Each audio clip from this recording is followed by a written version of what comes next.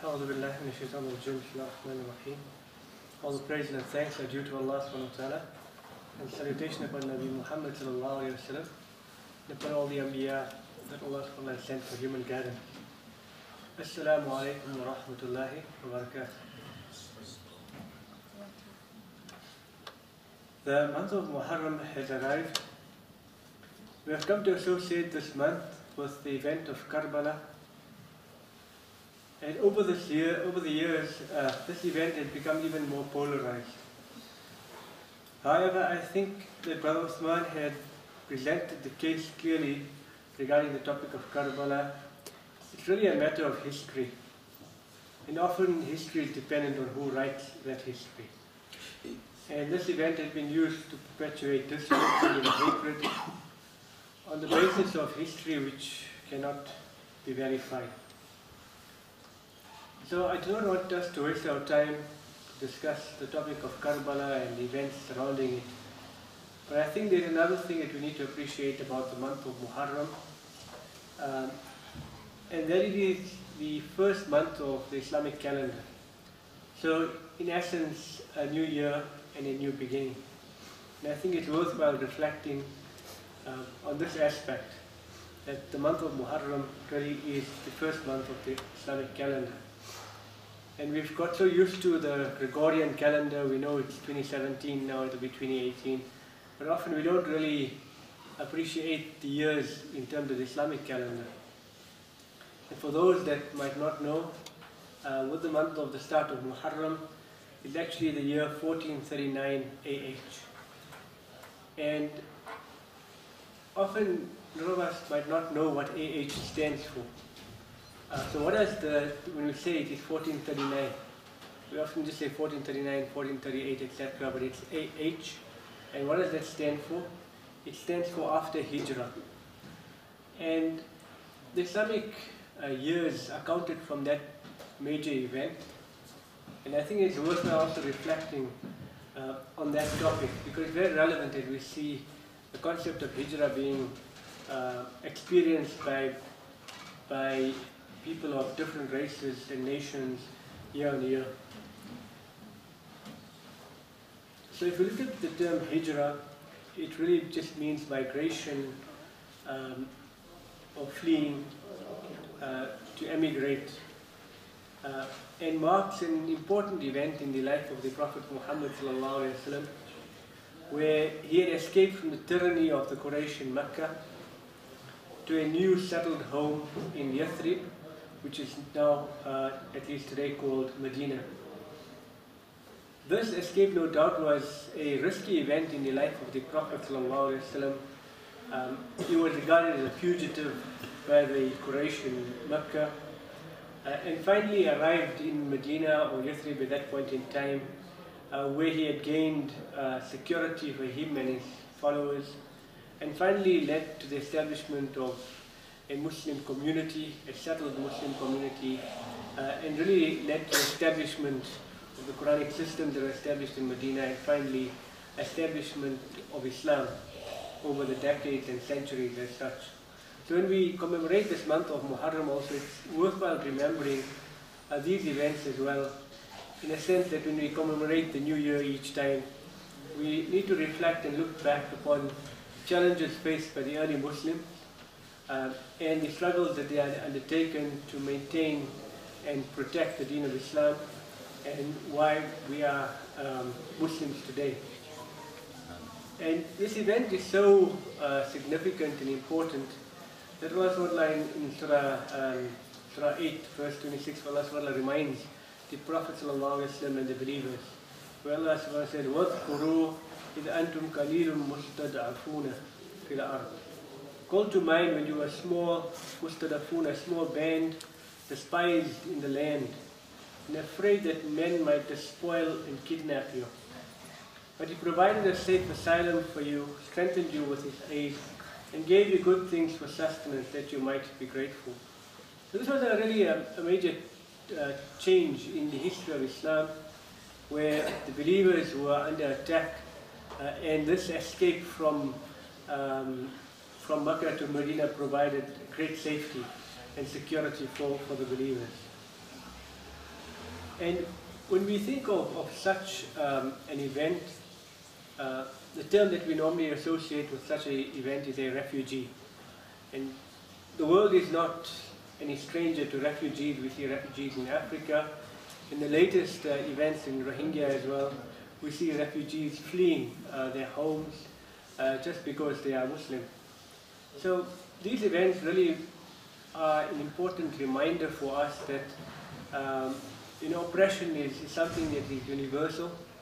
But as a believer and as a servant of Allah SWT, we need to be cognizant that the Sunnah of the Prophet ﷺ will stand against such oppression, and to secure the believers and not just flee, but establish themselves to ensure that oppression could be eradicated as such.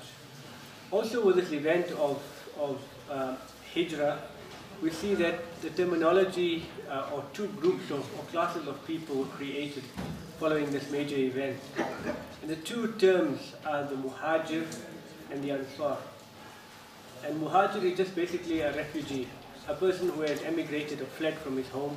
And if you look at a lot of the early Sahaba and companions of the Prophet like Abu Bakr, Ali, etc., these were close companions of the Prophet in Mecca. And during the struggle and threat of their lives, they fled and they became Muhajirs, they became refugees in Medina. And what's interesting as well is that the people that received them in Medina thereafter became known as the Ansar, from the word Nasr, to help and to assist. And we find that, this description, and we reflect on these events, you find these righteous believers, these companions, these close people of the Prophet ﷺ, who had taken a major sacrifice in accepting the faith despite all the threats associated with it. And with accepting that their lives were threatened, they fled to a new community. And what happened in this community of Yathrib or Medina? We find that people opened their doors to these new people, provided them sanctity and safety, and these were called the Ansar. These were people in Medina at that time who came to accept the faith, and not just they opened their homes completely, their businesses, to support these refugees. So the event that we see of Muharram and the New Year each time is an important reminder of humanity, an important reminder of what Islam stood for. It wasn't really about the length of a person's pants or the length of their beard or how many times they prayed Salah. But it was a lot about that inner being, about caring for others, providing safety against insecurity, etc.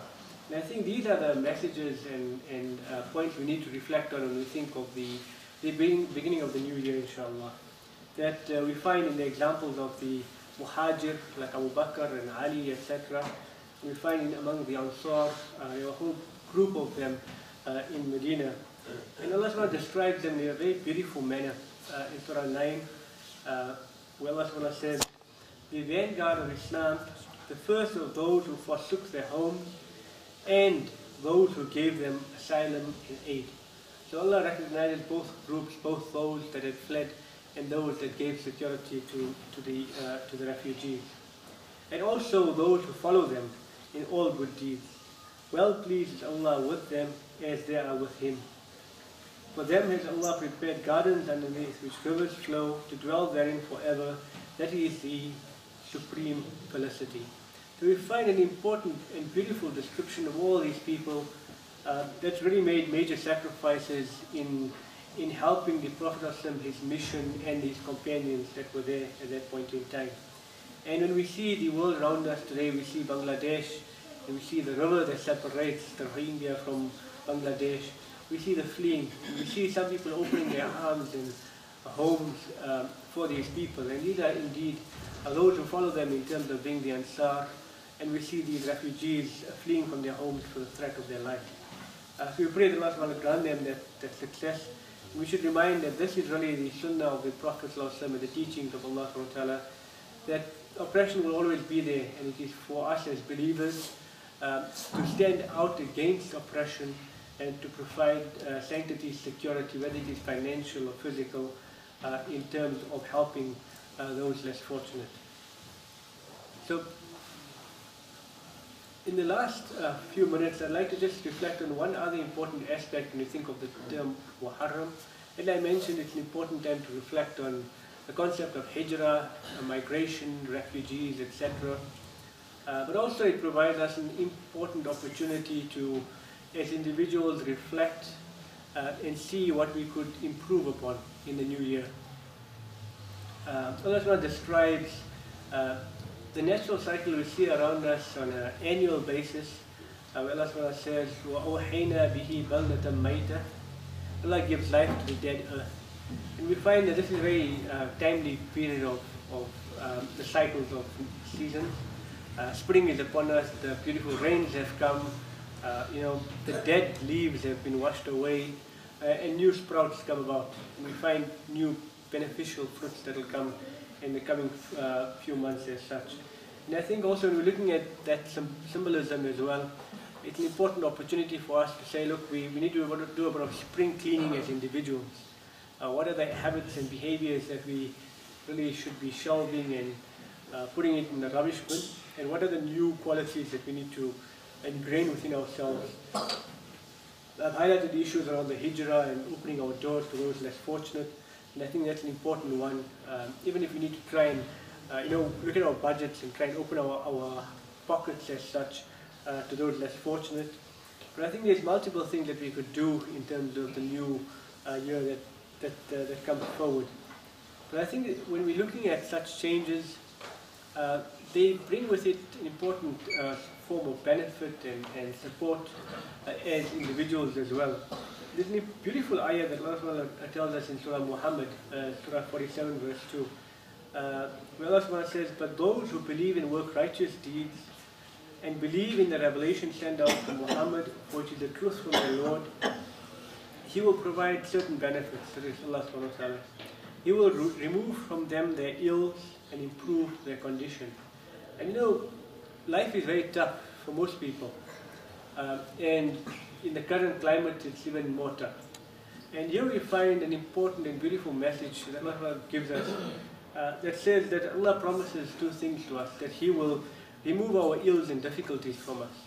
And all of us share some form of difficulty in our lives, whether you're a scholar, whether you're a business person, whether you're a housewife or you have a career. There's always things in life that's challenging. Allah promises that He will remove those difficulties from your life. And He will also improve your balahum, your condition, your situation, to make it a bit better. But the precondition for this is that they believe in Allah, do righteous deeds, and believe in the revelation sent out to the Prophet ﷺ. I think these are three sorts of mundane aspects that we hear often, but I think it's important for us to really take them to heart.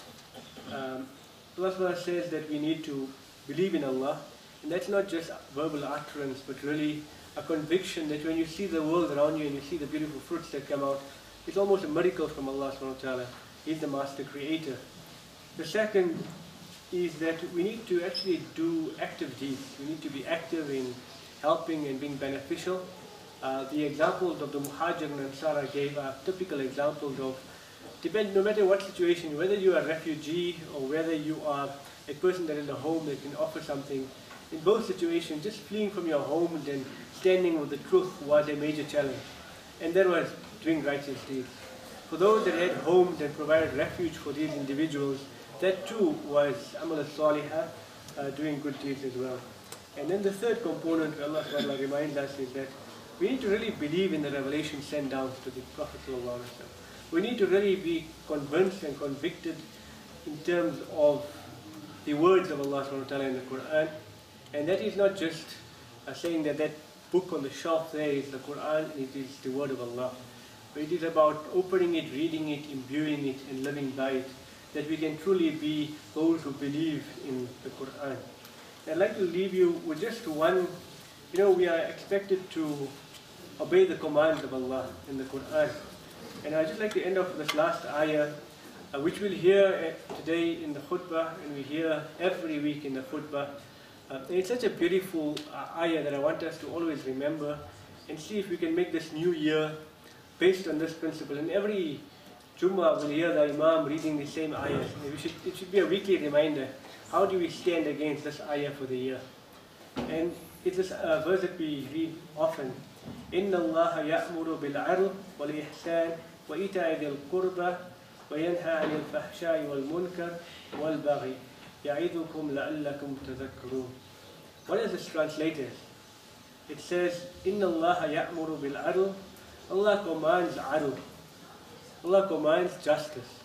And this is very simple. It's amazing. Of all the commands, Allah doesn't say Allah commands salah, He commands zakah, He commands hajj. The first command Allah SWT says, Inna Allah ya'muru bil adl. He commands justice. When you look at the example of the Prophet ﷺ, we look at oppression. This was really what the Prophet ﷺ's sunnah was, against injustice. And he stood for justice between individuals, among communities, between genders, etc. The first thing is, how just are we, and how will we make this new year wherein our personalities reflect justice? The second is wal ihsan, and that is the doing of general goodness and excellence. And I think the word excellence is probably better than goodness. Are we excellent believers? Are we excellent humans? You know, when we think of a perfect example of humans in today's time, very difficult to think of a Muslim. You might find of Christians or Jews for that matter. But it's very difficult to think of ihsan as being a Muslim. And that's something we should strive for in the next year, that we will really be standard bearers of excellence. People will say, this is what I want to be. And then the next says, وَإِيتَاءِ ذِي الْقُرْبَى, and the giving to the dhil qurba, those that are close and near to us. And often we get so busy we forget our close friends and companions and family. So how do we make sure that we spend a bit more time with our families, with our wives, our parents, our brothers and sisters? So let's try and look at how we can strengthen that component. وَيَنْهَى عَنِ الْفَحْشَاءِ وَالْمُنكَرِ, and basically they stop and prevent fahsha and wal-munkar, anything that's evil and shameful, things that are basically, that's going to degrade humanity and degrade the human nature. We should really be the ones that help our brothers and sisters for that matter, and our kids and our parents, to guide them to what is right and protect them from what is wrong. And wal-baghi, any transgression, whether it's drugs, whether it is smoking, whether it is cheating, we should really be the standard bearers to guide our brothers, sisters, families, etc. And then Allah SWT says, He instructs you that you may receive admonition. So just with this last ayah, I'd like to end off that we make this new year, Muharram has started the new calendar for us, and then we really try and improve on ourselves in the coming year, inshallah. Jazakallah khair. Assalamu alaikum wa rahmatullahi wa barakatuh.